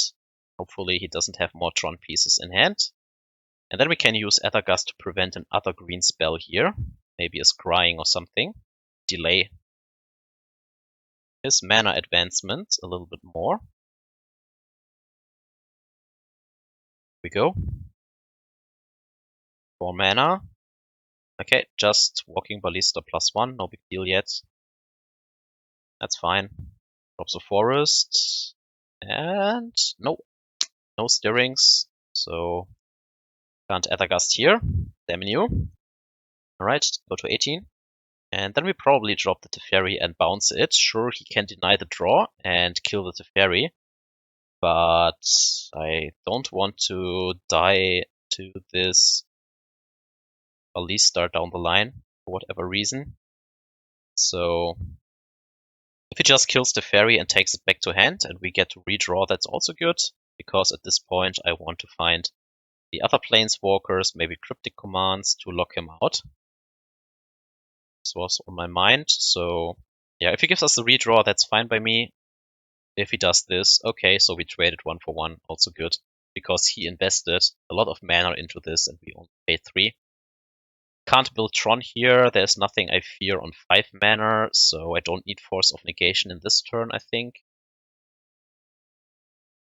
Probably have to pitch 1 for a map, but okay, here comes an O-Stone, no one cares, you can have the O-Stone.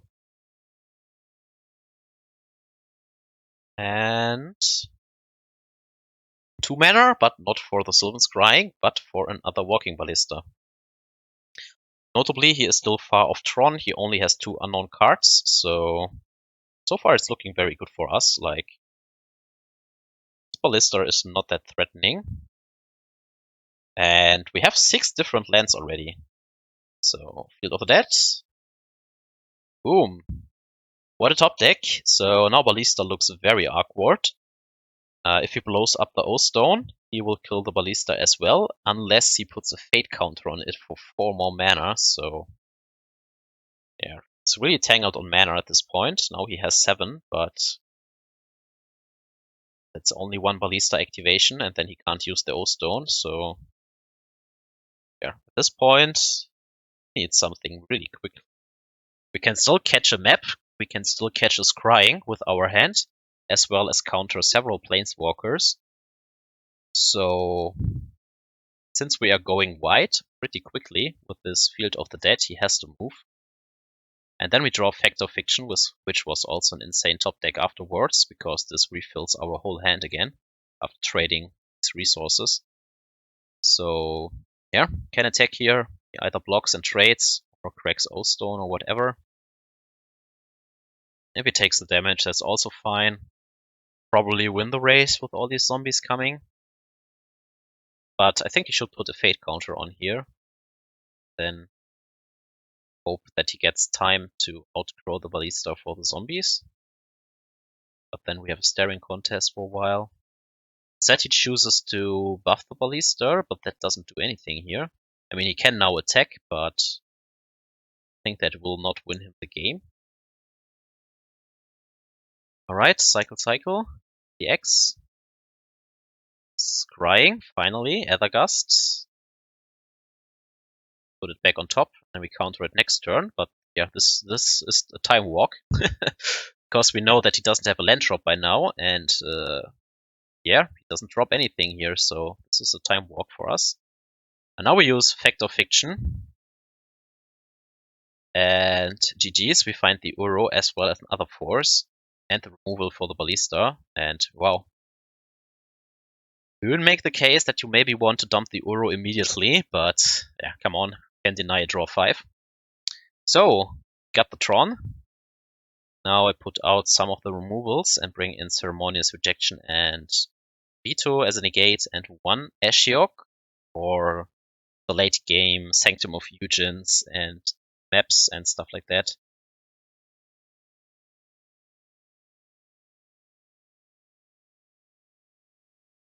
And it can also help to find our Uros.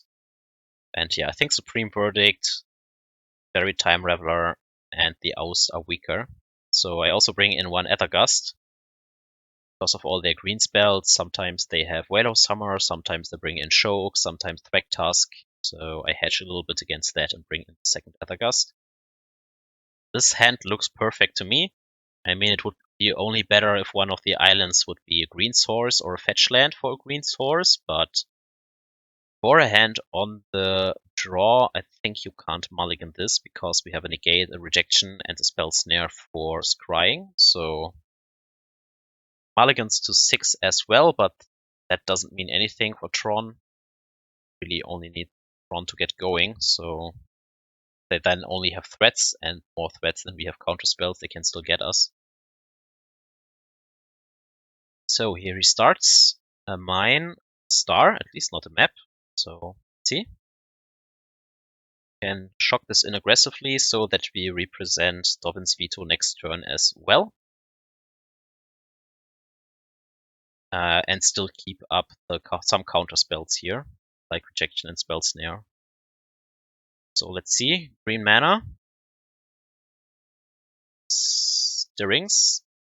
I don't want to pitch any of those cards, so let that happen. Power.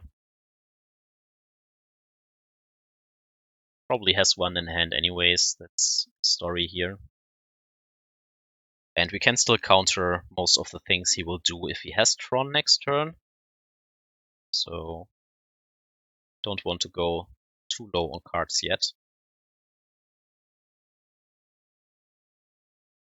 So let's see. Breaks the star. You have the power plant. Another stirring. So now I will counter this. If he has the Tron piece naturally, he only has 5 mana, which at worst means the Thought-Knot Seer. But okay, he doesn't have that, just plays another egg, so it's good. Drop the 3rd land and say go again. Put up Rejection, Spell Snare, or Hardcast Force of Negation. Where is your power plant? Alright, more green mana. Nope, Spell Snare. Gotcha, okay, no more land drops. That's good to know. So if nothing happens, we have Fact or Fiction again. This card is so good, I tell you. Right. Another green mana. And another tower. What did I tell you? Alright, in this case we counter the Scrying. Now we use up most of our counter spells here for the search spells, so I don't hope he builds Tron naturally, because then it looks kind of bad, because we have thrown so many counter spells against the real threats already. But instead he he drops the third tower, and I don't care about O-Stone. In this case we will just use Fact or Fiction and secure land drops and more counter spells. So here we go.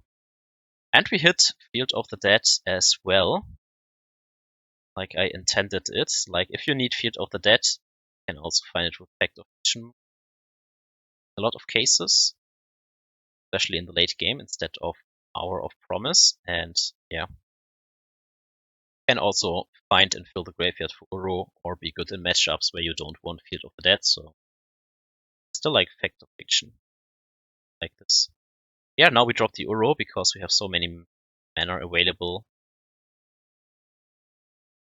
So yeah, keep up Mana Leak and Rejection. Never know. Maybe we need both. Remand, also very good. A map, so I definitely counter here. Don't want to enable him 13 mana for an Emrakul or something. So yeah, could fetch out Mystic Sanctuary now and put Rejection back on top, but I still need another green source for Uro. So I think we go with the Breeding Pool here instead, because we still have at least Remand in hand, and it's likely that we find another fetch land with Uro and Growth Spiral and yeah, Remand, right? So also have Field of the Dead going. This will prompt him. This will probably kill him because the Uro forces him to use the O-Stone as well. And if he blows up the O-Stone on the Uro, then we can recreate more zombies afterwards. So looks very, very good so far. Any fetch land means another rejection or more Fact or Fictions if we have to reload. Okay, we draw a lot of mana leaks now and the Aether Gusts. Still okay. Let's see. Can rebuild Tron here. If he can't, he's dead, and he can't. And GG's! We got the trophies, guys. See you back for the after the fact talk, kind of. Yes, so we made a trophy with this deck. I am still happy with the Condemns in the sideboard. They were very nice against Power Stack, as intended, and can be very useful against Burn as well, because usually I lose because of heavy creature starts. Having more spot removal helps in this case. And yeah, Uro is still the king. I like the Field of the Deads in this league. They really came in handy in providing pressure while having a lot of land drops. I did not have tested Hour of Promise yet, as I mentioned in the intro. So if you have good experiences with it, maybe you can write it in the comment section and then I can revisit it. But so far, I like Fact or Fiction. That kind of takes the same role in finding the cards you want and digging 5 cards deep, while you can also put it back on top with Mystic Sanctuary and find other stuff as well.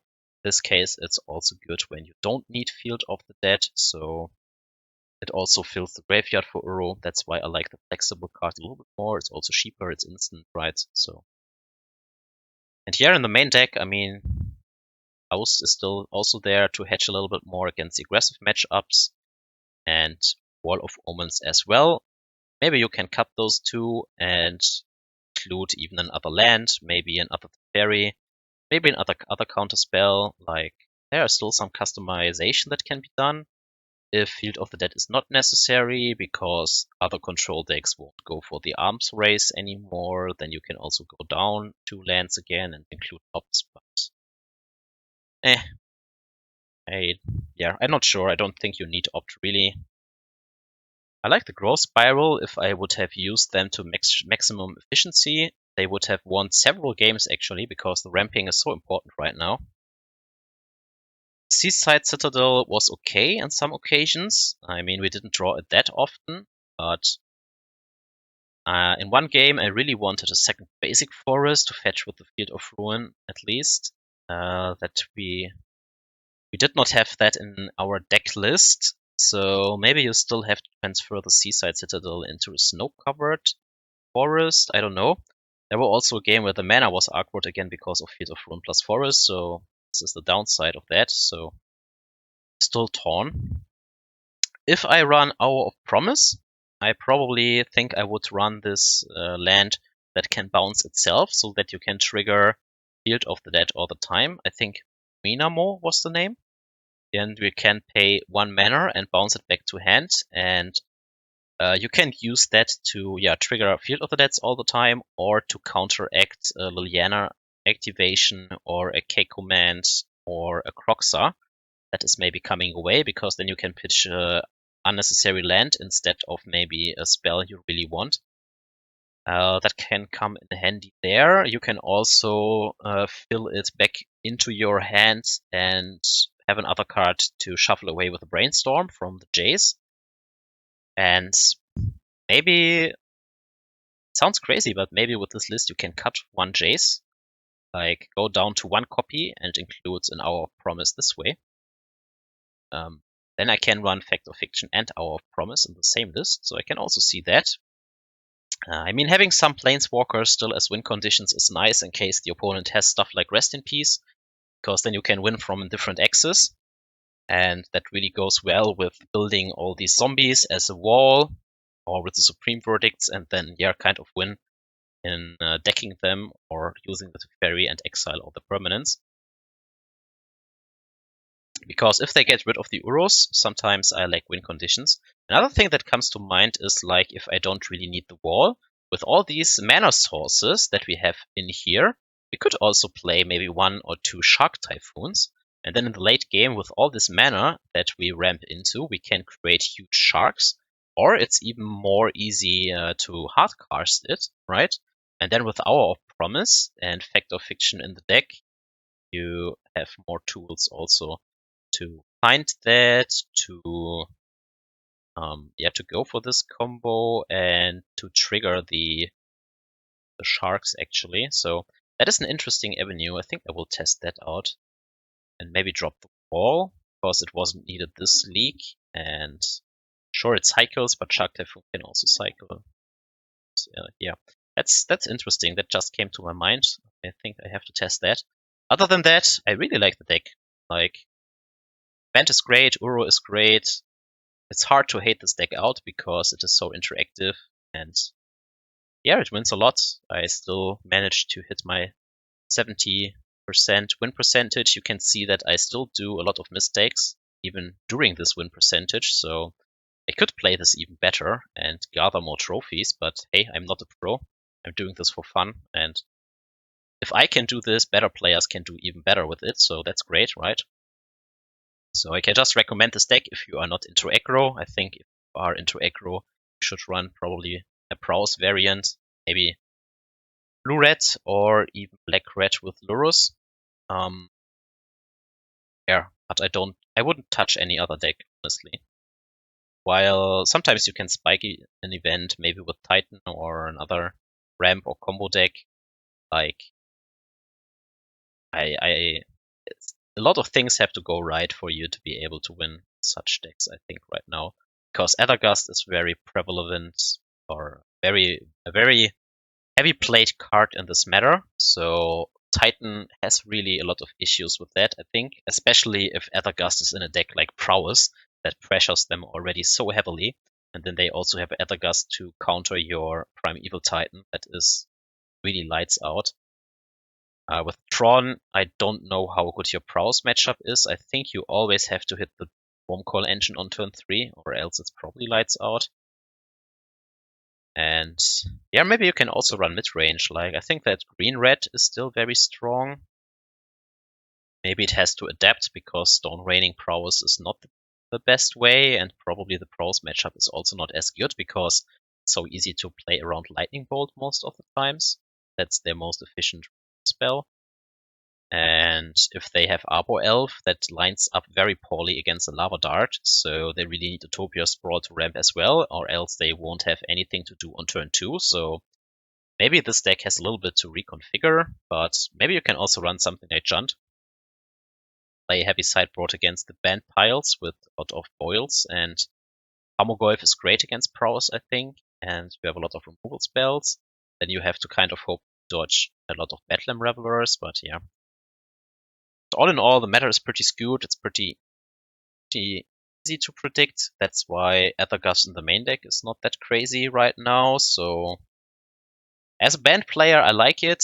I can understand when other people have an issue with it, but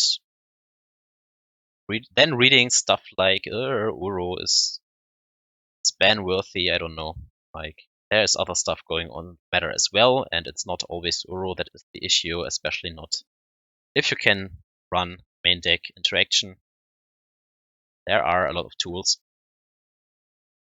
And I think right now there is no need to ban the Uro. That might change with the next standard set, you never know. So far every standard set sets modern upside down. Maybe something new will break out in a few months, but I don't think there will be any bannings till then, and I don't think you have to ban anything right now necessarily, because even though Uro is great, it's not like you can't lose the prowess just because you have Uro. Like, you still have to build around it and take the matchup into account, and there were plenty of matches where I had Uro and still lost, so it's not unbeatable, the unbeatable force that delivers 100% win percentage all the time, so come on. Anyways, enough rambling. I hope you enjoyed this leak. Maybe you want to try out Growth Spiral Field of the Dead as well. And yeah, I will test maybe Shark Typhoon in it, and then we see us back for the next leak. Thanks for watching, and till next time, bye bye.